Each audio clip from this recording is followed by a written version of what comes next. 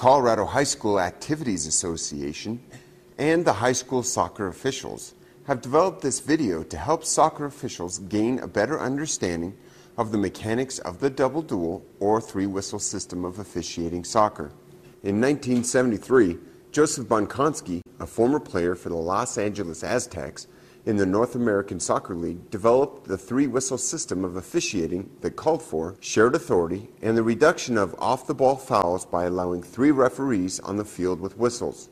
The purpose of the three-whistle system is to put officials in positions from which they can referee the game and manage play, players, and benches more effectively. The National Federation of State High School Associations has made provisions for the use of the double duel system of control or the three-whistle system for many years. Colorado began using the three-whistle system in 2001 as an optional system. In 2005, CHSAA adopted it as the sole authorized three-official system. The concept behind the three-whistle system is that there are 3 soccer officials trained in high school rules who all function as referees on the field during the game.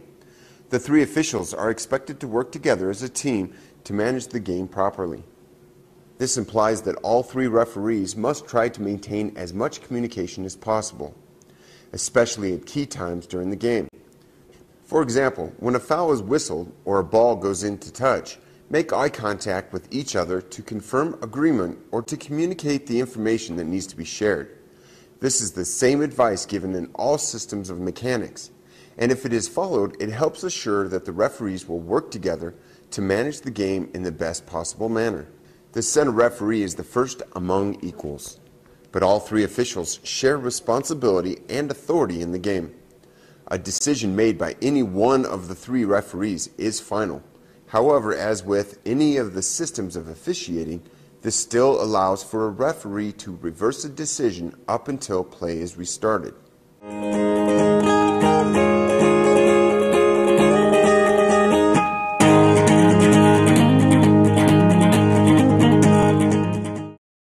Three-whistle referee system is more eyes and whistles able to cover more of the pitch, more misconduct, more foul stuff behind the play, things like that. You have more ability as opposed to just a single referee system to cover more of the players, make sure that safety's better enforced, and you don't have to wait for a flag. Example, if you're a linesman, you have a flag and you put your flag up and you want to foul, the referee has the option to weigh you down. But if you're on the side and you're 100% sure, or you have something behind the play that needs to be dealt with, then you can deal with that. And just using all 6 eyes at all times to better ensure safety and the laws of the game. The biggest challenge and the most common complaint about the three-whistle system is there are inconsistent calls from the same crew. The biggest challenges that I've seen is you sometimes have 3 people calling 3 different sets of games. If the center's wanting to let play continue, maybe he lets the kids play a bit and the outsides, kind of disrupt the flow of the game. I'd say that's the biggest issue I've seen. The way to resolve the challenge of inconsistent calls is for all 3 referees to communicate with each other and work together.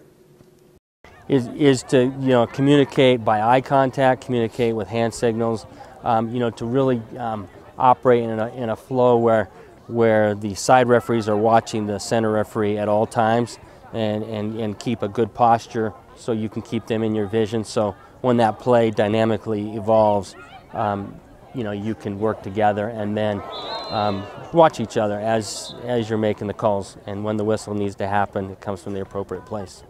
Ideally, crews are assigned to work numerous matches together.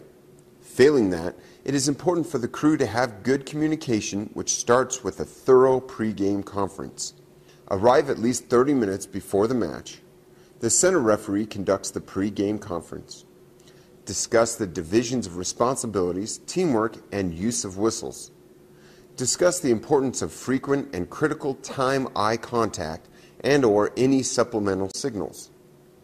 Discuss positioning patterns, start of match, free kicks, offside, corner kicks, goal kick, penalty kick, throw in, out of touch, and encroachment. Discuss the side referee's positioning beyond midfield. Identify how you will manage substitutions. Discuss actions such as everyone's response when a goal is scored, or if there is an injury and who will do the restarts.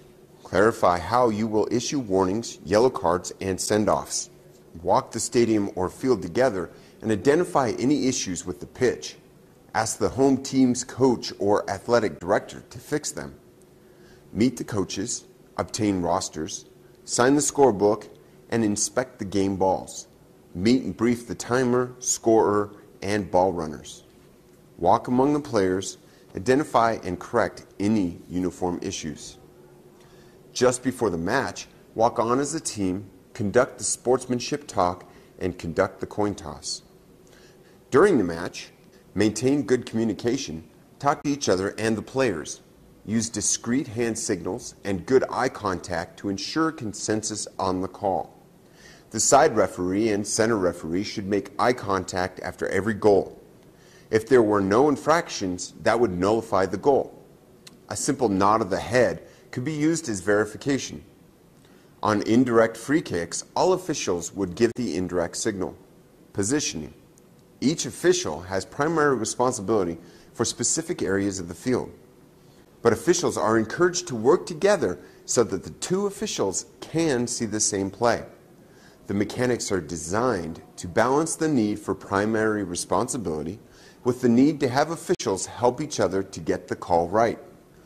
The center referee works the standard diagonal from one end of the field to the other end of the field.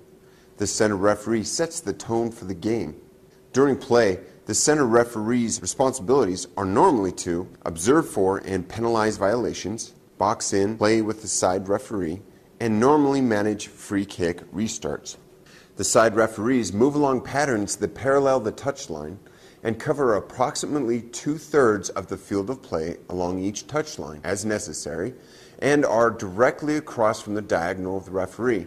The side referees, as shown in the diagrams, are able to move on a more advantageous pattern by moving inside the touchlines to either box and play or get closer to active play. The flexibility of movement and position is a strength of the system. The side referees are mostly on the field, but they never allow players to run behind them. When moving along these patterns, the side referees assume primary responsibility for offside at their end of the pitch, boxing in, active play with their center referee, penalizing observed fouls in the area, making the restart decision for balls going out of play, over the touchline and goal line in the area of field being covered, and managing restarts when requested by the center referee. During attacks, the lead side referee should be at or near the penalty area to control incidents among attackers, goalies, and defenders, and to have a presence to prevent fouls from even happening. A couple of points about movement are worth remembering. An effective lead side referee will try to follow all balls to the goal line because he is responsible for indicating for a ball gone out of play along the entire goal line. Remember, the most important job of the lead side referee is to call offsides. The side referees must constantly adjust their position to remain in line with the second to last defender, the ball, or whichever is nearer the goal line. Notice how this referee jockeys to stay even with the second to last defender. There are two referees to watch behind the other's back. If a player is injured or if there is some funny stuff occurring behind the ball, there are still two referees following the play. Here are some specific examples of where you should be at during different points of a match. At the start of the play, the three referees take positions as shown. The center referee takes a position near, but not interfering with, the kickoff. Each side referee goes to a point on his respective touchline, even with the second to last defender from the goal.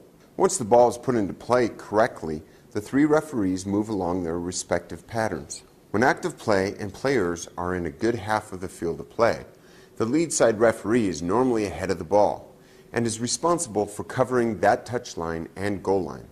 In addition, the lead side referee must always be in position to judge an offside. As you can see, that places the lead side referee in a position most of the time to be able to box in play with the center referee. The trailing side referee will normally be well behind the ball, active play, and the center referee. The trailside referee should focus on the player's conduct behind the ball. The penetration of the trailside referee into the attacking half of the field depends on the position of the center referee and the type of game being played, his own physical ability, and the field conditions. While the trailside referee is encouraged to move up to provide needed support, it should not be done if that compromises his ability to recover to rapid changes in direction of play or a counter-attack. When a free kick is awarded, the referee making the call indicates the direction. In managing the taking of a free kick, the trailside referee will often manage the taking of the kick. The center referee should move up to observe the landing area, and the lead side referee should move to a cover offside. The center referee should observe the landing area and vary his position from time to time. The center referee should watch the players, not the ball or the goal, and be looking for fouls. The lead side referee should be positioned behind the corner flag for the best view of the play, with no players behind him, and to watch offsides and the goal line. The trailside referee should move in to support the center referee and be positioned inside or outside based on the center referee's location, and as always be prepared for counterattack. The center referee and the trailside referee duties are the same for either corner kick. The lead side referee should move in near the penalty area for the best view of the play. The center referee should signal the restart and observe the landing area and vary the position from time to time. The center referee should watch the players, not the ball, and be looking for fouls. The lead side referee should be even with the next to last defender and watching the touchline. The trailside referee should position near the top of the penalty area and be prepared for the counterattack. The center referee should set the players, blow the whistle to initiate the penalty kick, and watch for encroachment and shooter violations. The lead side referee should be at the corner of the penalty area. She should watch for encroachment by the keeper and watch the goal line. The trailside referee should be positioned to cover any issues behind the ball and be prepared for counterattack. Scoring a goal. The ball goes into the goal. What should the officials do? The lead side referee should be at or near the goal line when the ball crosses the goal line and into the goal. The lead side referee should obtain quick eye contact with the center referee for confirmation. Assuming that there is no indication of a problem, all referees then signal for the clock to be stopped. If a goal award is indicated by the side referee and either of the other two referees disagree, they should discuss and resolve the problem before play is restarted. We need referees to treat each match as if it were meaningful, because each match is meaningful. If you have good officials, you're going to have a good game. The double, dual, or three-whistle system is the primary system of game control for Colorado high school soccer. It is intended to increase involvement by all referees and provide better control of the game. It does require that all three officials call the game at hand at the same level. A key to success of the double duel system is the ability of the referees to coordinate their efforts. Teamwork and thorough pre-game briefing are critical.